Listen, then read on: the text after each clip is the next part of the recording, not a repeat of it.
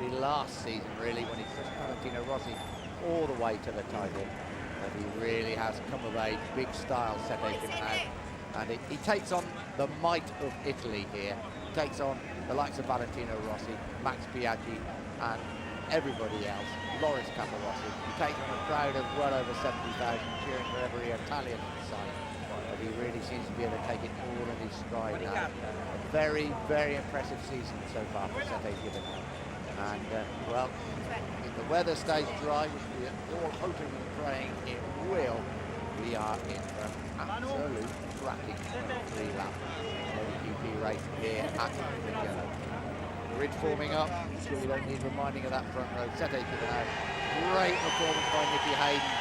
Really pulled something out of the bag yesterday afternoon. And of course, Valentino Rossi, who absolutely rode the legs off that Yamaha to get onto the front of the grid. There is Nicky Hayden. Big race for the former AMA champion. And very impressive performance by him yesterday. And a very popular member of the MotoGP riders. Everybody likes Nicky Hayden on and off the track. He really has made a great impression on everybody, and I think for the people who are not supporting a certain team or a certain nationality, nobody would mind Nicky Hayden finishing on the podium in this race. It's going to be tough, because Rossi, as I said, rode the legs off that Yamaha yesterday to get onto the front row. You've got to say he was a lucky man perhaps to stay aboard the whole time. Rossi, he seems to have that ability, doesn't he, Matthew? Just to pull that something a little bit extra. That's why he's such a great world champion, isn't it? And he could do it again today. Yeah, he's been watched by Exalted Company this weekend. Toru Hasegawa, the president of Yamaha Motor Holding. And I'm sure he will be as happy as anybody to see the world champion sat aboard his machine this weekend. It looked as though it would never happen last year. It was one of those things that we just didn't believe could ever happen. And we're sitting here almost taking it for granted now that Rossi's on a Yamaha. He sat there on the minute, and we just don't know what's going to happen. You know, last year in the past 3 seasons, Rossi's won here. He's been sat with us all down the corner, on pole position, and he's gone for it. He looks rather anxiously towards the sky here. He sits on board the Yamaha, third on the grid. Just don't know what's going to happen. That's just the best thing about it. He looks tense, doesn't he? He's still got the kiss to the camera and the look, but a lot of attention to detail with crew chief Jerry Burgess. They keep looking up at the sky. Everybody's obviously worried about the weather. It's pretty blue overhead at the moment, and the mountains away to our right seem to be the indication, and they are clear at the moment. And please, if anybody's up there listening, please give us a dry race, because this could be one of the great all-time MotoGP races. Now, this is the man that Valentino Rossi, I think Sette Gibernau fear perhaps more than most, but a lot of consistent laps yesterday. Alex Barros, who qualified 4th on the second row of the grid. Yeah, Alex Barros, Nick, to be fair, is the man to really set the pace, to worry Sette Gibernau and Valentino Rossi. As you said, we saw Gibernau going into the 149s, Rossi and Hayden also, but the general pace was in the 151s. Gibernau did 10 laps in 151s, Rossi did 13, and both Biaggi and Barros both did 9 laps each in 151s. So they've got the necessary race pace to be in front of Barros and Biaggi. Nicky Hayden, as we mentioned before, plucked out a lap at the end to break into 149. He'd only done 150, and he'd only done 3 151s, so Nicky didn't really have much rhythm together, he didn't have much pace. But he could, he's more of a racer anyway, but certainly Barros and Biaggi have that race pace. I'm just down on pit wall actually with Repsol Honda sporting manager Carlo Fiorani. Like a manager obviously to Nicky Hayden and Alex Barros. With Valentino gone now, the official Honda team has its faith in Nicky Hayden and Alex Barros, and this is a very important race, especially with Nicky in second, Alex in 4th on the grid. What can you see coming out of this race today? Yes, you are right. This is a very important race, and Nicky seems to have a lot of confidence in himself. So yesterday he got second. Also Alex is 4th. So we hope that at the start, long they go in front, so they try to face the race. Try to push the reality. Maybe people have got spoiled. People are used to seeing Valentino Rossi on the top of the podium, and people maybe have thought that Nicky Hayden and Alex Barros aren't having a good season, but the team happy with Nicky and Alex? No, No, I mean, we are quite happy. Of course, Alex, until the last race, Le Mans, he has still to recover a little his physical condition, and now seems okay. Same Nicky is the youngest in the MotoGP. He's only 1 year that he races here. So I hope that he's, how to say it, he's switched on and he start from now on to go faster. Yeah. Thanks very much, Carlo. We all hope so too. Thanks. Carlo Ferrari, the head of the European arm of Honda's racing team. Gavin, we're going to ask you about the weather in a minute. It looks pretty good from up here, but we've had a look at Marco Melandri, Valentino Rossi having fun on the grid. We also looked at Max Biaggi, but Rossi has always taken the centre stage. I've lost Gav for a moment there, but we'll just momentarily skip back to the third row of the grid. Mugello Tamada, like 7th fastest. But crucially, he was second quickest in the world this morning. Bridgestone tyres seem to suit the circuit, particularly in the cool weather. And as the clouds come over the circuit and just keep the sun off the asphalt surface, Mugello Tamada could really be one to watch from that thing. I think you're right there, Matt. The Bridgestone tyres we saw in qualifying didn't go so well, but that was because the track was quite hot. In the morning practice on Saturday, Tamada was actually 4th quickest. Roberts went very well. Both of them on Bridgestone tyres, of course. So the Bridgestone more suited to cooler conditions. The sun's out at the moment, but there is a lot of thick cloud hanging around the circuit. And that's come over, it's cooled the track down. We've probably got the same temperature we've had for 125 and 250. It keeps getting heated up by the sun, cooled down by the clouds. While the Bridgestones don't necessarily like big temperature changes, these small temperature changes, and if it stays quite cool, could be in the Bridgestone's favour. Tamada had such a fantastic race last year, and he's definitely one to look out for here. Yeah, he finished 4th last year in his very first look at Mugello. Just look at the support for Loris Capirossi. Qualified 8th on the Ducati. He starts in the 3rd row. He won the race here 4 years ago on the 2-stroke Honda. Look at that. 2,500 people make up that mosaic. And it's been quite an up and down thing, Gavin, for Loris Capirossi and Ducati. They brought the old bike and the new bike for him to compare. Yeah, they brought the 2003 version of the Desmond Sedici here to Mugello. They tested on it at Le Mans, and they decided that the best course of action would be to bring both the 2004 and 2003 bikes to the track. In the end, Capirossi and Bayliss have decided we're going to go with the 2004 bike. It's going much quicker than the 2003. It is the development. But the thing is, the likes of Sete Gibernau, Nicky Hayden, Valentino Rossi have moved the goalpost so much further, moved everything just so much further ahead that it's just maybe not registering on the timesheets at the moment. But they are running with the 2004 bike here in the race this weekend. Just got a glimpse of Kenny Roberts there in 9th position on the grid, starting from the 3rd row, of course. And Kenny Roberts riding alone this weekend with Team Suzuki. Here he is. His teammate John Hopkins not riding this weekend. Broke his stone in a crash at Le Mans 3 weeks ago. It's not properly healed, so Hopkins hoping to be back in a week's time, remember, at Barcelona.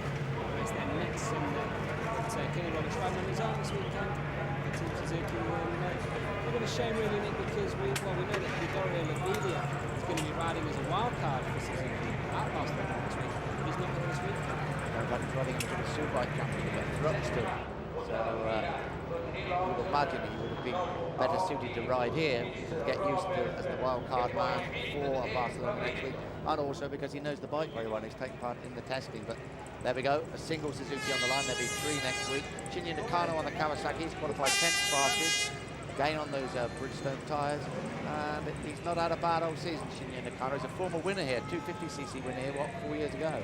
Yeah, and I tell you what, Nick, that lap time that he set, 150.807 on the Kawasaki, that's a second quicker than he was on the Yamaha last year. And he was on the front row last year. He qualified 3rd fastest, so it just goes to show how much the pace has been stepped up in MotoGP.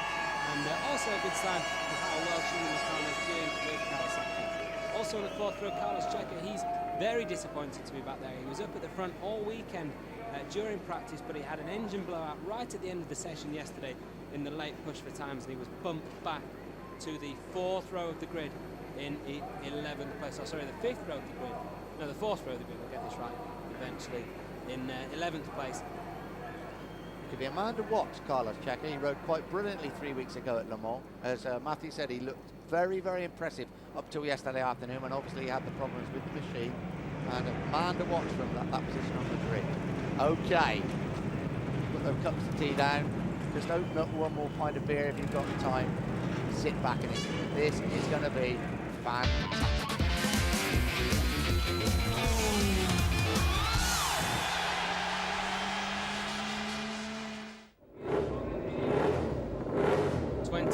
laps then of this circuit, just over 5 kilometres in length, one of the longest on the MotoGP calendar. What a front row Sette Gibernau from Nicky Hayden and Valentino Rossi. Second row, all could win this race. Alex Barros, Marco Melandri, Max Biaggi, 2 world champions on that row. Makoto Tamada, watch out for him, and Loris Capirossi in 8th, and Kenny Roberts, a Honda, a Ducati and a Suzuki.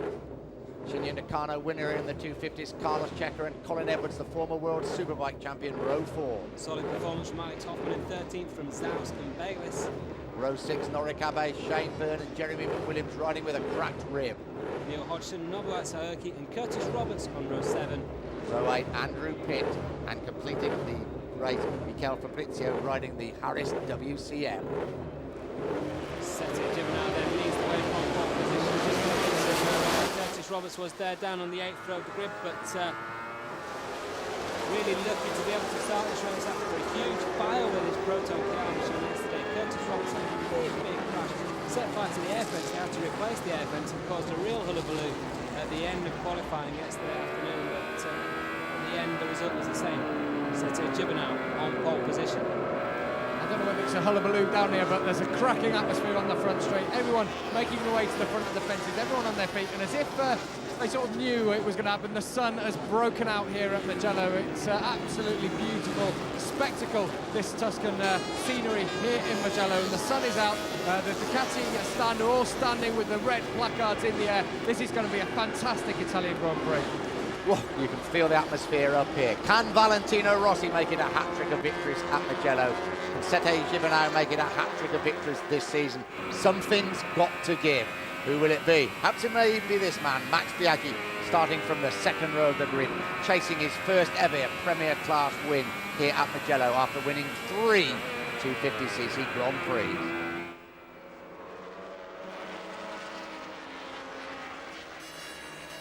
Struggled to find a setup here. Max Biaggi's had problems all weekend and really not quite lived up to the expectations and hopes that he had coming into this race. Remember, Max Biaggi, second in the championship, yet to win a Grand Prix this season, yet to win a Grand Prix at Mugello in his career, well, in the Premier Class career. And he really needs to pull something special out of the bag here this weekend if he's going to compete with these guys at the front. The balloons from the Ducati stand have just lifted and are just drifting across the sky in front of us. About 2,500 fans each letting off a balloon each there as they just drift across the circuit. What an atmosphere. I can see fireworks going off, I can see flares being shot across us. There are those balloons. What a wonderful sight and what a wonderful occasion to be involved in. Round 4, the MotoGP World Championship, the finest circuit on the MotoGP calendar. We're at Mugello. It's the Italian Grand Prix. It's the home of Valentino Rossi, but there's a certain Spaniard by the name of Sette Gibernau, an American by Nicky Hayden, who would like to dent his confidence and dent his national pride. Can they do it? Gibernau, without a doubt, the man in form. 2 wins from 3 so far this season. Can Sette Gibernau become the first man other than Valentino Rossi since Alex Crivier to win 3 Grand Prix races in a row? The red flag is being shown. It's going to be 23 laps of this magnificent 5.24 kilometre, 3.259 mile Mugello circuit. This circuit is made for MotoGP racing. The lights are on red. The Italian Grand Prix is underway. Good start from Nicky Hayden from the front row, just what he wanted. Good start as well from Max Biaggi up on the inside. What about Loris Capirossi coming through there from 8th on the grid? And it's going to be Capirossi. Is it to get the whole shot? No, it's Valentino Rossi. Rossi leads the way. Looks like Biaggi in second place, Capirossi third, and perhaps Nicky Hayden in fourth place. But what a start by Valentino Rossi. The crowd are going absolutely wild here at Mugello. Rossi leads. I'm not sure if that's Biaggi or Tamada who's through there in second place, but both Camel Hondas making an excellent start. They both look so similar. In fact, it is Biaggi who's up in second, Capirossi third from Hayden, Melandri, Tamada, Gibernau from pole position getting swallowed up by the field. He's down in 7th place. Gibernau's got some work to do. What a start though from Loris Capirossi. How long can he hang in there on the Ducati? What a bad start by Sete Gibernau. Down in 7th place, again have to work mighty hard to get through this quality of field. There is Sete Gibernau, down in 7th. Rossi leads, Biaggi, Caparossi, Hayden Melandri, Tamado, Gibernau, Checker, and Kenny Roberts on the Suzuki in 9th place. This is where Rossi wanted to be. Alex Barros has also made a dreadful start, Nick, as well, from the second row of the grid back down in 12th place. He was my tip for the podium. There he is on that number 4 Honda, just behind Norik Abe. This is Abe on the number 17 Yamaha, teammate to Valentino Rossi, and Barros just behind him. Well, deja vu up the front. Rossi and Biaggi slog it out in front of the Italian crowd in the sunshine here at Mugello. Still in 3rd place, Loris Caparossi, and Nicky Hayden is desperate to get past Caparossi and get to those men at the front, and Gibernau having to work hard in 7th place. Here comes Marco Melandri up on the inside of Caparossi and Hayden. What a move from Melandri to go up to 3rd place. He wants a piece of the action as well. 4 Italians in the top 4 places now as they cross the line for the first time. Who's got the bigger drag down the straight? It's Biaggi who crosses the line first. Biaggi from Rossi. Capirossi just manages to outstrip Melandri on the Ducati down the straight, but Melandri late on the brakes at the end of the straight. This is Nicky Hayden. We're on board here with Sete Gibernau, the pole position man. He's tucked in now behind Loris Capirossi and Hayden. Hayden gets back in front of Capirossi as they go through these sweeping section of left and right. Poggio Secchio past the banks of fans of Valentino Rossi's fan club. There they are in the background, and their rider leads the way. There is Loris Caparossi now coming under real pressure from Sete Gibernau. Gibernau doesn't want those men to get away at the front. Rossi heads the way. Biaggi, Marco Melandri, Tamada, Nicky Hayden backing in that rear wheel. Loris Caparossi, Sete Gibernau. There is Norik Abe. Not a bad start by Norik Abe over, but it's his teammate Valentino Rossi that leads the way. Colin Edwards, Nick, as well, meanwhile, getting a dreadful start. He was way down in 12th on the grid, and he's lost a couple of places. In fact, he's down in 14th behind Ruben Jaus. So Edwards really struggling here this weekend. We'll talk a bit more about that later on. But here comes his teammate Sete Gibernau up on the inside of Loris Capirossi. Capirossi's great start. We knew that Ducati were having problems. It couldn't last forever.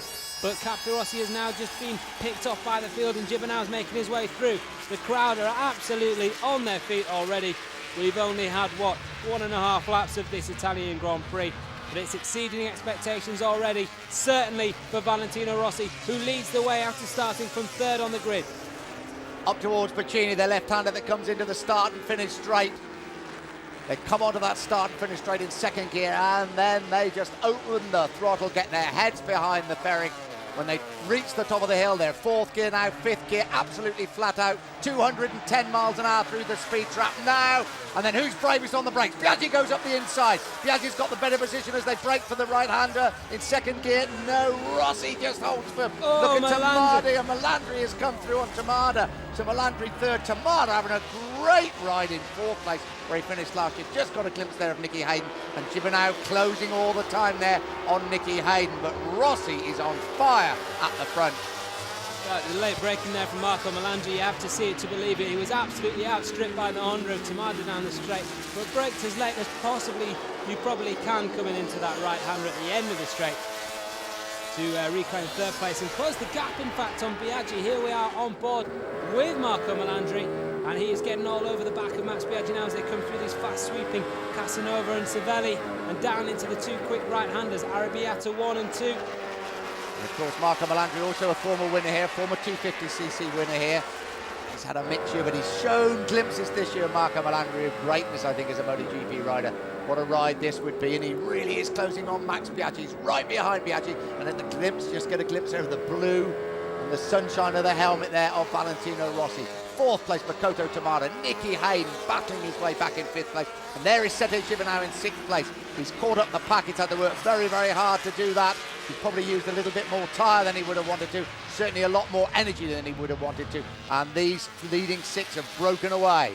Just watch the Hondas down the straight. This is where we expected them to have the edge when they come round this final right-hander. Watch Biaggi and Tamada just open the gas. Sete Gibernau as well, and Nicky Hayden behind there. Just watch the advantage they have on the Yamaha. They'll come up through, and it just seems that Rossi and Melandri, the only way they can be in front at the end of this straight is on the brakes. Just watch them now as Tamada just eases past Marco Melandri as they come down the straight for the top time. Yeah, Tamada outstripping Melandri Melandri once again down the straight, the fastest lap of the race so far from Tamada, but here comes Melandri on the brakes once more, up on the inside, tips it in, not quite close enough this time. Tamada just having that extra speed at the end of the straight to hold off the young Italian. Brave stuff from Marco Melandri though in 4th place.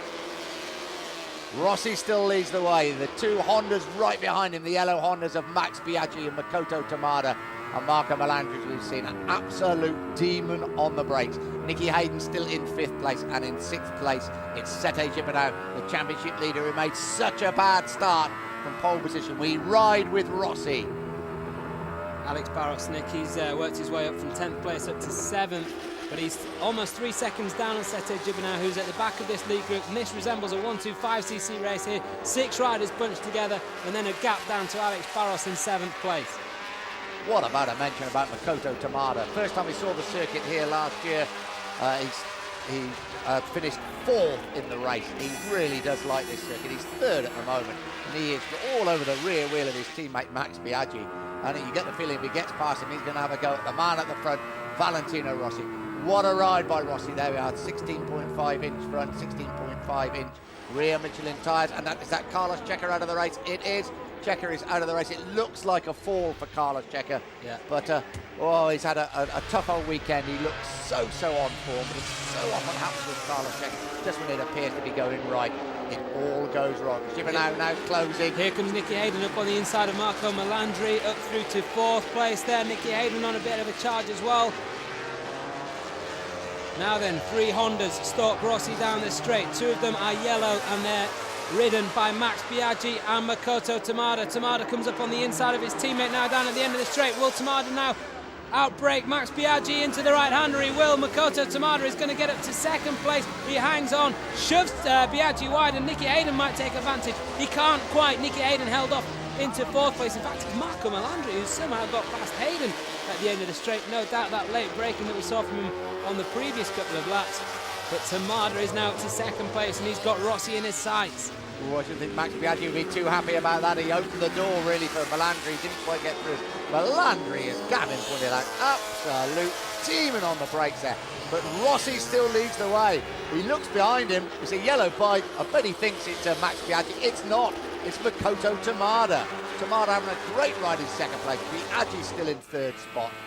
But we ride with Max Biaggi. Right behind him, Marco Melandri. Again, a former 250cc world champion. And then the 2 Hondas of Nicky Hayden and Sete Gibernau. Gibernau has caught up with this leading bunch, and it does appear that nobody's able to break the bunch, doesn't it? I mean, perhaps if Tamada got in front, he may be able to with that speed of the Honda. Certainly Rossi isn't able to break the bunch. It's going to come down to tactics. But Tamada now, you just get the feeling Tamada wants to take the lead. He wants to lead a Grand Prix, and he's going to have a real go at doing exactly that. We ride with Sete Gibernau in 6th place. In front of him, Nicky Hayden on the Repsol Honda. Gibernau doesn't want those men to get away at the front after he made such a poor start from pole position. More problems for Proton KR. Curtis Roberts involved in an Italian barbecue yesterday when his bike caught fire. He was so lucky then, and he's had to retire from the race now. He comes into the pit lane. A sad end to the day for Curtis Roberts, the American. Well, Roberts' former AMA Superbike sparring buddy Nicky Hayden is going at it with Marco Melandri. He's up into 4th place, but here comes Makoto Tamada at the end of the straight. Outstrips Rossi, but Rossi on the brakes. Rossi doing all he knows to hold off Makoto Tamada into the right-hander. Just about does it. Nicky Hayden shoved wide by the combined efforts of Gibernau and Melandri, and Nicky Hayden now bumped back down to 6th. Let's get this absolutely right. They are travelling at 210 miles an hour there, 338 kilometres an hour, and braking down to 60 miles an hour, down through the gearbox, on the brakes. Rossi, so brave, and here's Melandri again having a go with Nicky Hayden. What a race. Nicky Hayden's rear wheel coming off the ground there as he braked to try and get back at Marco Melandri. Look at Valentino Rossi. He has a look at Makoto Tamada as he goes past him and thinks, right then, I'm going to get you at the end of the straight. Here's Nicky Hayden getting in all sorts of shapes with that Honda, really sliding it around, working it hard to get back at Melandri, but just maybe now losing pace with these guys at the front. Sete Gibernau quietly and almost unbeknown to anybody else is joining in, isn't he? He's now right behind Max Biaggi, and he is absolutely flying. Now, it's a long, long way to go to the end of the race, but where will Rossi want to be as they come onto that final straight if he's in this position? Because you've got to say, if he's in this position and they go into that final straight, the Honda is going to beat him, isn't he? So it's going to be very, very tactical. He is, but Nick, you know, if he's in second place, he could get beaten as well. It's so hard to call there because the Hondas have such a horsepower advantage, it seems, going down that straight. And it's not just going into the straight, as we're going to see it once again here as they tip into the left-hander, as Nicky Hayden once again gets up on the inside of Marco Melandri. He likes it there as they come into this tight left that brings them back into the start-finish straight. But just here, as we watch Nicky Hayden and Marco Melandri now, you can't really tell on the TV, but that's a steep hill as they come up there into the straight. Here comes Max Biaggi, getting in front of Valentino Rossi, so we've got two Camel Hondas now leading the way. Oh, sorry, Makoto Tamada getting in front of Valentino Rossi and getting ahead of himself here, giving Biaggi the lead when he's actually in third place behind Rossi. Gibernau fourth. Nicky Hayden crossed the line in fifth place. I'm not sure whether Marco Melandri would have got past him again on the brakes at the end of the straight there. We'll wait and find out. But yeah, there's a steep hill coming into that straight, and that's where the horsepower counts, particularly at the bottom end of the power range, which is where the Yamaha tends to lose out to these Hondas. Tamada got past Rossi that time, and then he didn't let him outbrake him into the right-hander. Tamada leads the way. Rossi is all over him. Rossi tries to go up the inside. Rossi is up the inside. Valentino Rossi, to the cheers of the hillside, leads the race, but Tamada has come up alongside him again, and Tamada is back in the lead. What a race at the front, but while this goes on, Biaggi and Gibernau are closing all the time. Gibernau really looking threatening now in fourth place. There's no doubt about it. Rossi wants to get past Tamada as quickly as he can. He's up the inside again. This time, surely, Rossi's going to go through. Yeah, listen to the crowd. They are going wild. Rossi leads the way once again on the Yamaha. Tamada in second place. Biaggi and Gibernau. I think these four have broken away. There's Nicky Hayden. Nicky Hayden's gone down. Hayden was fighting with Melandri for fifth place. We're on board there with the American. He's going to get back on track, but where he will be, I'm not sure. Marco Melandri is now on his own in fifth place.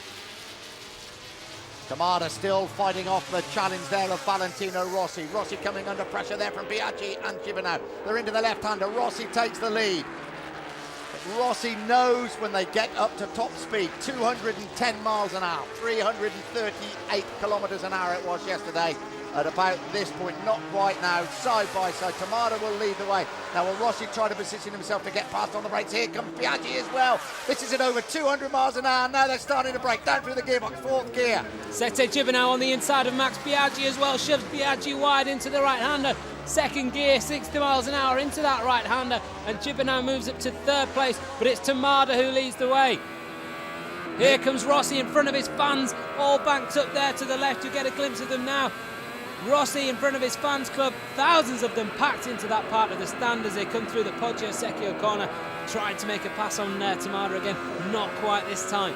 Well, you know why? He knows who's right behind him. You've got to say, the man of the race so far, two men of the race really, Tamada and Gibernau. Tamada at the front. Here comes Rossi again. He knows Gibernau is there, and he knows that he can probably take Tamada there. He did it at the last time. Now, can Rossi hang on to the lead? No, he can't. Tamada just bashes it back in front of him. And all the time, Sete Gibernau just sucks in his breath and says, rather than to work, mighty hard to get there, but Sete Gibernau wants to join in the fun. Here comes Gibernau, almost up the inside of Rossi. They're almost side by side. Rossi on the brakes again. Tamada leads. Rossi second. Gibernau third. Biaggi in fourth place. If it gets better than this, tell me where. Up this slight hill they come then into the tight right-hander. And it's Tamada just holding them off. This is the Correntiao turn where the Ducati fans are banked, and then it's through this Biondetti chicane. I'm just down here in pit lane at the moment with John Hopkins. We talked about him earlier, not riding because of a broken thumb here this weekend. But John, Tamada in the lead. What's the tyre life? What problems is he going to have with those Bridgestones as we go through this race? Actually, I don't see any problems going on right now. You know, from first-hand experience, the Bridgestones, the durability on the Bridgestones are just amazing. You're really going to see him coming on strong, and the Bridgestones are going to really be working good at the end of the race, that's for sure. Just got to cut in momentarily, Gavin, because Sete Gibernau has gone past Valentino Rossi. Max Biaggi has gone past Valentino Rossi. Rossi in fourth place. Tamada leads, Gibernau second, Biaggi third, Rossi fourth. Please carry on. Yeah, just we can see there again that the Hondas just seem to have it on the straight. We always knew that was going to be the case. The Yamahas maybe quicker through that part of the track. Is that how you see it ending? Do you think Rossi has got a chance to be up there? Yeah, you know, Rossi is really having to work hard. You know, he has been all year long. The Hondas, they definitely got the straight, you know, the power down the straights. But like I said, the Bridgestones, those are going to really be coming in at the end of the race. And you know, Rossi, he's a player. You know, he's going to wait till the end of the race. And Sete, he's the man to watch right now because he's just been on fire all weekend. Okay, thanks for that, John. John just confirmed as well he's going to be riding in Barcelona, so that's good news. Thanks a lot, John. Okay, John Hopkins missing out this weekend with a broken thumb. We look forward to seeing him back in action in Barcelona in a week's time. But as he rightly said, the man on fire at the moment this weekend is undoubtedly Sete Gibernau. He smashed the pole record here by 1.7 seconds on Friday afternoon, and he's on a charge now, and he's putting Makoto Tamada under some serious pressure. Things just settling down a little bit now. Gibernau will prefer it this way. He's worked his way steadily up to second place, and if he can get past Tamada and start setting his rhythm, and these guys might just be stretched out and broken because it's been so combative and so elbow to elbow over the first part of this race. But I don't think Gibernau would have wanted that too much because he has had a superior pace over the course of the weekend. Quickly run through the field for you. Tamada, Rossi, Gibernau, Biaggi, Melandri, Barros, 6, 7 Edwards, 8 Abe, 9 Roberts, 10 Scouse. 12th in place is Troy Bayliss as they cross the line. Caparossi, Nakano, Hodgson, McWilliams in 15th place. You can't take your eyes off this battle at the front, and Tamada still leads the way. Gibernau second, Biaggi third, and Rossi in fourth place. But this is where Rossi makes his move. This is where the Yamaha is quick and nimble through these very fast section of chicanes, and this is where Rossi will try and get past Biaggi because he knows when they get on that straight, he has definitely got a horsepower disadvantage. Top marks to Alex Barros. We talked about how much of a bad start he had, but he's up and he's past Marco Melandri now, up into 5th position. He's absolutely flying. If it wasn't for that bad start, I say, he will have been up there, and Matt's pre-race prediction would have come true. But Valentino Rossi making him another move now. He's not down out yet, is he, Valentino Rossi? He's up to 3rd place. He's got past Max Biaggi once more, to the delight of his fans here. But you're right, Gav, about Alex Barros, and chatting to his chief mechanic Ramon Forsada this weekend, he was saying that Barros' big problem this year so far has been his starts. He's been having a really good race pace and building it up in the race. Let's just keep our eye on Valentino Rossi. What a move there on Sete Gibernau. This is absolutely... Well, Rossi, he's been stung into action, hasn't he? He's been passed by Biaggi, Gibernau and Tamada. He doesn't like it. He's back up to second as they come up then through Arrabbiata once more. Through the Correntao once more and into this Biondetti chicane. Rossi is right on it once again. From that onboard, you can probably see the clouds looming in the background. There's been a cloud just fallen all over the circuit. That's obviously going to help the Bridgestones because of the cooler track temperatures. Rossi takes the lead, Gavin. Rossi takes the lead at the left-hander coming into the start and finish straight. Rossi leads again. Tamada second, Gibernau 3, Biaggi 4. Please keep an eye on the weather. And please put your hands together. We don't want any rain because this is MotoGP at its very best as Tamada leads the way over the line. Look at the horsepower advantage, and Rossi gets in all sorts of a wobble at the end of the straight, but he still manages to outbrake Tamada. Rossi back into the lead, Biaggi around the outside, he's not close enough. Gibernau almost touches with Tamada. It's absolute chaos at the end of that straight, but the man hanging on is the man in the lead, the world champion, Valentino Rossi, putting on an absolutely stunning performance for his army of crowd. Here they are, banked up behind him in the Poggio Secco corner. He breaks now for the Materassi left-right-hander through Borgo San Lorenzo and down towards Casanova. He is a bit of a Casanova himself, Valentino Rossi, and he looks comfortable through this corner as he leads Makoto Tamada. How many laps to go? 12 and a half. I've looked at the other screen for about half an hour. 12 and a half laps to go. Rossi leads the way. We thought this was going to be a great race. This is a superb race. And without a doubt, the Yamaha is not as good as the Hondas at this circuit. Rossi somehow makes it work. Sad day, though, for the former world champion, Kenny Roberts, drops out of the race in the Suzuki. It's the sole Suzuki representative at the weekend. And I'm afraid Kenny Roberts and Suzuki out of the race here at Mugello. Meanwhile, Rossi leads, Tamada second, Gibernau third. Biaggi just dropping off a little bit as he in 4th place. Let's have a look. Yeah, just a little bit. Gibernau, you feel, has done a lot of hard work to get there, and perhaps now just having a bit of a breather. Yeah, it looks as though the pace has been stepped up by Rossi on this lap, Nick. It had dropped into the 152s, sorry, on the previous lap. We know that the race pace here is going to be around the mid 151 mark, maybe a couple of low 151s when the pace really hots up. The pace on the previous lap, as I say, a 152.4 from Makoto Tamada. This time it's Rossi with a 151.2, sorry, Tamada a 151.3, but gets Rossi as they cross the line once more. This time they're on the brakes. This time, another time, it's Rossi who's the bravest, and Rossi just hangs on to that lead. But as I said, the time's now dropping into the low 51s where we know they can go.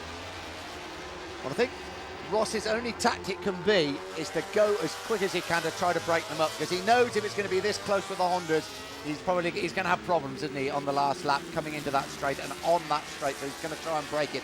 I think we're going to see some very quick laps now from him. Tamada's hanging in there, Gibernau's hanging in there, and it's just Biaggi just a little bit dropping off the pace. Barros still in 5th place, Melandri 6th, Edwards 7th, Abe 8th, 9th is Troy Bayliss, 10th is Rubens Chaus, 11th is Nakano, 12th is Capirossi, 13th Hoffman, 14th the World Superbike champion Neil Hodgson, and in 15th place Shane the Shaky Byrne, the British Superbike champion, with Jeremy McWilliams in 16th place. On board here with Sete Gibernau, the championship leader, currently tucked behind Makoto Tamada in 3rd place, and Max Biaggi, Nick, just dropping off the pace slightly off the back of Gibernau. Nicky Hayden coming into the pit. Sorry, Nicky Hayden looks like he's going to be retiring from this one. We saw him crash out, and Hayden's going to come into the pits. Real disappointment for the former AMA Superbike champion.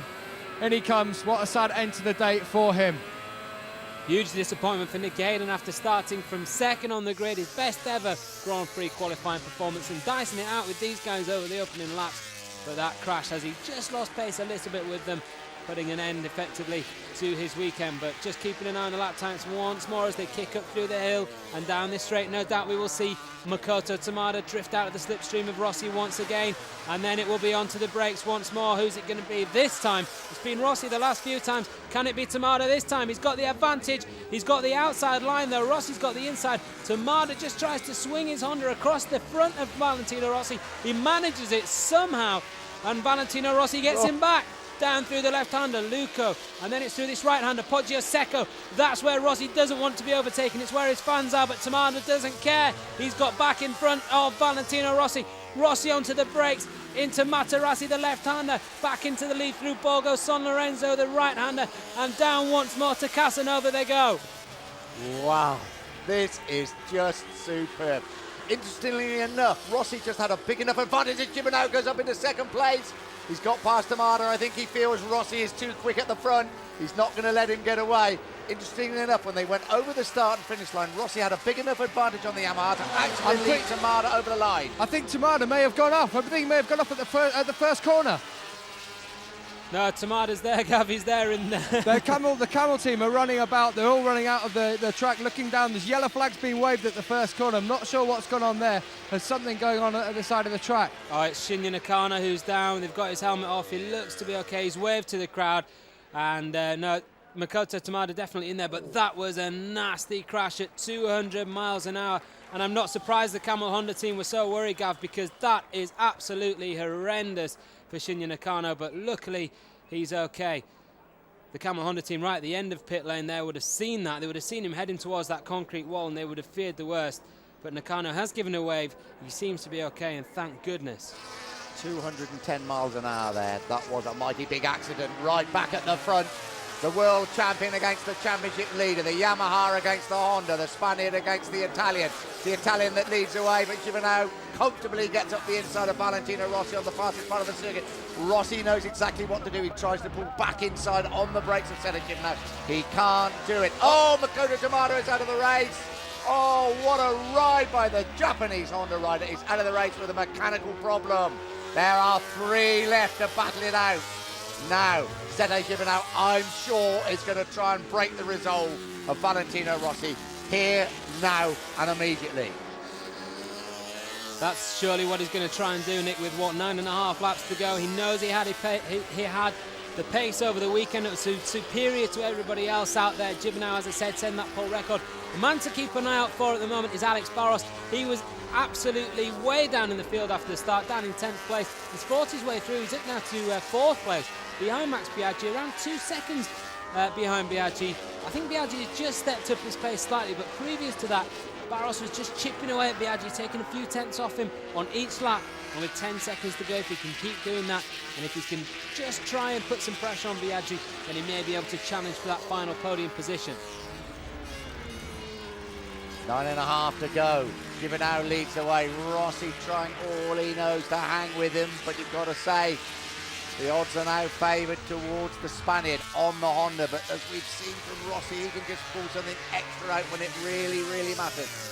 Biaggi looking more comfortable now in 3rd place and really hasn't let them get too far away. But you've just got a glimpse there of the man absolutely flying. That's Alex Barros in 4th place. But Rossi's going to have to produce something that we've not even seen from Valentino Rossi previously. We ride with Sete Gibernau, the Telefonica Movie Star Honda, over the line, 210 miles an hour. Front wheel just lifts off the ground, even at that sort of speed. Now on the brakes, absolutely loaded onto the front end, down to 60 miles an hour, 6th to 4th gear, round the right-hander. We ride with the championship leader, we ride with the race leader, and Rossi is trying absolutely everything he knows to stay with him. This is the battle with Colin Edwards, Troy Bayliss, 2 former World Superbike champions, and Norik Abe. It's a battle for 6th place. And at the moment it's been won by Colin Edwards. Norik Abe now in 7th, Troy Bayliss in 8th. The 2 former World Superbike sparring partners getting involved there with Norik Abe. Marco Melandri, meanwhile, is currently lapping in 5th place quite comfortably on the Yamaha. So a good ride from Marco Melandri. And now we have a real battle at the front between Gibernau and Rossi, and it's just Rossi, is it now? Rossi leading, he's snatched it back from Sete Gibernau at a crucial point of this race where Sete Gibernau was just looking to break the world champion, and Rossi, as we saw him do at Velcome in round 1, is riding beyond even his own limits. He's riding beyond the limits of any human on that bike, that's for sure. Well, I thought Gibernau had got away. Rossi's the man that likes to prove everybody wrong. He's done it once again. There we are. That's how close it is. We ride with Gibernau. There is Rossi absolutely alongside us, and they dip it in the right-hander. You're going to see Rossi, I would imagine, just come up the inside. You do. Rossi still leads. Gibernau second. 8.5 laps to go. What a race we have. And Gibernau, very, very close indeed. He knows the extra horsepower of the Honda as he comes out of this bend will take him into the lead. But what will Rossi do? Rossi will get as close as he can at the end of the straight and then trying to outbrake him, and they brake, as we say, from 210 to 60 miles an hour. It's the toughest braking area in any MotoGP circuit. Side by side, Gibernau will take the advantage. We know that on the Honda. Now who's brakes on the brakes? Rossi is well positioned on the brakes. Up the inside goes Rossi. Oh, he just rushes Gibernau aside.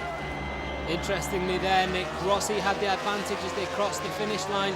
It was very, very close, but by around 100th of a second it went to Rossi, and that's the key point at this point of the circuit, because as we said, it's a short drag up the hill and across the line, and even though the Honda has the advantage by the end of the straight, if Rossi can just squeeze enough horsepower out of that Yamaha, if he leads into that corner, then he might just be able to do enough. He did it on that previous lap. If Rossi wins this race, we probably won't be talking to you from Barcelona, because I think we'll still be stuck in the circuit. They are going wild on the hillside, and no wonder why. This is a supreme performance by a great motorcycle racer. Sete Gibernau is matching him all the way. This is at its very best. A head-to-head between the 2 best riders in the world at any level, with any competition. There's no doubt about that. Who's going to be the victor at the end? It would take a brave man to forecast just that. But it's going to be a mighty close race as they come along. Now break for the right-hander before they come into that twisty section, and then the vital left into the starting field. Just watch out for Alex Barros. He's making constant progress on Max Biaggi. The gap's down to 1.9 seconds halfway around this lap. Just watch the Brazilian. He really is making progress as Biaggi drops off from these front 2, and he's certainly one to watch at the moment. Just some debris down on the track in front of us on the start-finish straight, and the marshals have been running out to clear it off. I'm not sure where that's been coming from, but the track is clear as Rossi and Gibernau once again come side by side down the start-finish straight And once again, it's Rossi who had the advantage over the line. And is it going to be Rossi who has the advantage into the corner? It's Gibernau who has the better line. He's on the inside. Rossi and Gibernau almost touch. And Gibernau just hangs on with 7 laps to go. Very, very interesting indeed that he's getting across the line first and he's leading the way, Rossi. So Gibernau now leads the way. Rossi right on his tail. The Honda versus the Yamaha. The race we wanted to see, the race that everybody wanted to see. Gloves off, 2 great riders. Oh, look at Rossi there. Flicks it left, flicks it right and takes the lead. Gibernau absolutely somewhere. They touched elbows then. They touched elbows and Sete Gibernau leads the way. He's run it wide. Rossi tries to get up the inside, then the outside. Doesn't do so. They actually touched elbows. Here comes Rossi again. He's all over the rear wheel of the Honda. Gibernau just holds firm past it. Very, very fast Arrabbiata right-hander. What a race between the 2 best riders in the world.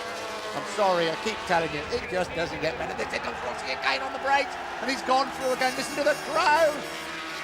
Through Scarperia, then left through Pelagio and down towards this Correntile corner where the Ducati fans are banked. They've not had too much to cheer about here this weekend, the Ducati fans, but I'm sure they're enjoying this now as they watch their compatriot Valentino Rossi lead the Italian Grand Prix. They come down towards this Biondetti chicane. This is where Rossi is so strong, flicking it first left and then right and then down towards this long left-hander that brings them back into the start-finish straight. Let's watch this again. They definitely touch elbows. Here we go. Point of contact, just about, didn't they? Just about touch. Oh, more than just about. I think that Gibernau, it seemed to me, just leaned into Rossi just a little bit to let him know he was there. Now then, Rossi has a clear advantage this time. He's had the advantage every time as they cross that finish line for the last 3 laps. Is Gibernau just holding off slightly on that throttle? Is he keeping something up his sleeve for that last lap? Because there's no doubt about it now with 6 laps to go. This is going all the way to the wire. Yeah, perhaps he is holding something in reserve. I think you might be right. He might not be showing his full deck of cards at the moment. We ride with Sete Gibernau. The man in front of him, Valentino Rossi, so quick through this succession of fast chicanes. You won't see a man ride better or quicker through this succession of fast corners. And Gibernau is right with him. Rossi just lets the rear end of that Yamaha slide out a little bit under the rumble strip. Looks very comfortable there at the moment. I'm just on pit wall at the moment with Mick doing. Mick, call this one, go on. It's a tough one, isn't it? Valentino's definitely not going to give in though, is he? His tyres look to be a little bit shot compared to as steady as Sete looks anyway, but 6 laps to go. It's Italy. I'd hate to call it really. Valentino's got to be first into the final corner, hasn't he? He's got to be coming out of there. Is that the only way he can do it? Well, at the moment he seems to be able to pass him in a few different areas, but we don't know whether this is all that Sete's got. I guess really I think 3 laps to go and we'll see who's got what really. I think at the moment they're just sort of hanging in there. Sete looks quite comfortable. If he comes past, Valentino can get back by, but as I say, with 3 laps to go, I don't think there'll be any messing around. It'll just be see who can win. Okay, we'll take Mick's word for it. We don't know what's going to happen. Okay, back to you, boys. Yeah, he was a bit tight with his money, Mick, wasn't he? He wasn't going to put that on anybody, was he? And I don't blame him at all, but obviously he reads the race better than anybody else. One thing you can't read, though, is what's going on in the minds of these 2 at the moment, Valentino Rossi and Sete Gibernau. Drops of rain coming at Mugello, spitting at the moment. I don't know whether that's going to be enough to stop it. Of course, if they stop it with any more than 1 lap to go, this race will be stopped and started again for a 3-lap shootout, or 5 laps if it's stopped around about now. Well, we'll wait and find out for the moment. They're still going at it. We may see Valentino raise his hand, and he has. There goes Valentino Rossi's hand to point towards the rain. And I'm sure that Gibernau won't try anything now. He's also recognised the rain. It's down to the race leader. Rossi says it's raining, and surely now this race is going to be stopped. It's up to the race director, and he looks to be getting out the red flag. Yep, the red flag is out from the race director. I'm bang underneath him at the moment. Just seen him raise that red flag.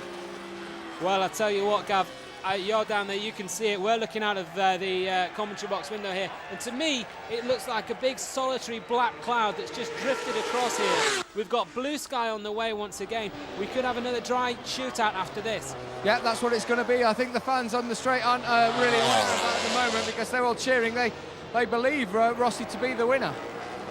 Well, this is late drama because, you know, the grid is going to be reformed here. It doesn't matter about the aggregate times. That's got absolutely nothing to do with it. These guys are going to be put together on the grid, and we're going to have Valentino Rossi from Sette Gibernau, Max Biaggi on the front row, then Barros, Melandri and Bayliss on the second row, and it's going to be a 5-lap shootout. If Mick Doohan was finding this difficult to call before, it's going to be even more difficult to call now. I'm on the floor. I'm on the floor. Oh, what a shame. What a real shame, because that was as good a race as I think I've seen for a very, very long time. Well done, Valentino Rossi. You've thrilled us many, many times, but this was as good as it gets. And he still has a chance. How can you do that when you've been racing like that? Now the rain's coming down. There's Sette Gibernau. So it's going to be a 5-lap shootout. I just want to get this absolutely right. A 5-lap shootout. Can they change tyres? Yes, they can, can't they? Yeah, they can change tyres. You know, that's the idea, that they come in because it's raining, and yeah, you know, they can change wet tyres. Well, they can change slick tyres. I'm not sure if there's a rule about that. I don't think there is. They can put on what they like, I suppose. I don't know if it's warranted enough to use any intermediate tyres at the moment. There is a bit of rain falling now. I'm sure they'll just go on to some hand-cut slick tyres. That seems what it probably will be, but the riders can make changes, do what they like to the bike, take the fuel out, put in as much as they need for the remaining amount of laps. But just think of the rhythm. Valentino Rossi and Sette Gibernau have been going at it, hammer and tongs throughout the entire race. And now they've got to pick themselves up again, go out for another start, and they've got to have another race, and they've got to pick up that rhythm again. It gives the likes of Biaggi, Barros, such a big chance to get back up there again. Yeah, particularly Barros, because he was taking a couple of tenths off Max Biaggi with each lap, but with 6 laps to go, it wasn't quite going to be enough. He was around 1.8 seconds behind him. Now he's going to be next to him on the grid. Right, I have to say, it's going to be 6-lap race. It's going to be a 6-lap shootout because not everyone has completed that final lap. So 6-lap race. We don't know when it's going to start, and the rain is starting to come down a lot harder now. So now it's going to be a much more difficult decision about which tyres they have to use, because the rain is starting to pour down here at Mugello. There, it's going to start in 21 minutes' time. Then the 6th lap Italian Grand Prix. Great call, Gavin. You got that absolutely spot on. And Rossi told Gibernau, didn't he? He told him. It didn't look like, I thought it almost looked like a thumbs up, but he was pointing up to the sky, wasn't he? Just to let him know exactly what was going on. Oh, that is so sad. What a race. Hey, the next bit, the next 6 laps may be great, but I don't think anything will be as good as what we've just witnessed. And there's Speedo Carmelo. Oh, God, I can't get the man's name right. Gavin, Matthew, explain to me. I'm too excited, I tell you. It's like that advert. I'm too excited, I can't sleep. But no, that was absolutely fabulous, and great disappointment. Obviously, the race has to be stopped because of the rain, because they're on slick tyres.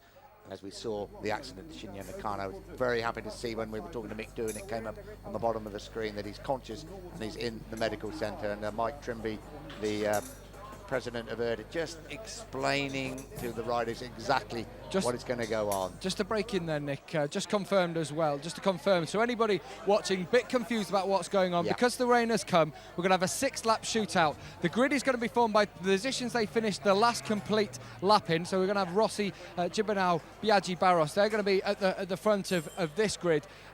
And the race cannot be stopped again. That's really crucial point to make. We can't stop again if more rain comes. So tyre choice is final. There's no stopping again for any wetter conditions. If it starts to pour it down and you've got slicks on, or if you've got your cut slicks on, then it's your own fault, I'm afraid. You have to make the decision. It's a very tough decision they've got to make. There's Michelin engineers, Dunlop, Bridgestone engineers running up and down the pit lane at the moment, just deciding what tyres they're going to use. And as I say, it can't be stopped now. 6 races to the line. Wow. Oof. And let's just also make it clear, there's no adding up of aggregate times from the first leg or the second leg. What has gone on, what you've just witnessed, means absolutely nothing now, I'm afraid. That counts for nothing. All that effort put in by those riders counts for nothing. It's going to be a 6-lap shootout. And what a shootout it's going to be. Now, the riders who are out of the race obviously can't come back into it. That's another thing, isn't it? Yeah, obviously, unless they crashed on the lap when it started to rain.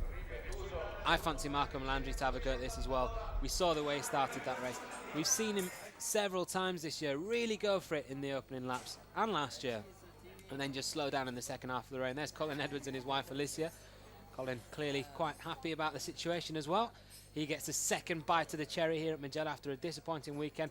To be honest, you know, with Colin, he was 14th, I think, after the first lap. He worked his way back up to 6th. It was a good ride from him, really. Yeah, it was.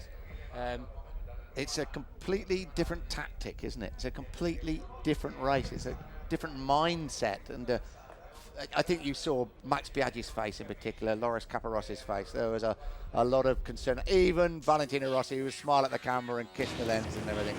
There's a lot of concern there, isn't there? Right, this is the race that counts for nothing, but this is a race I hope you're going to get on tape one day, because it is MotoGP, it's motorsport at its absolute best.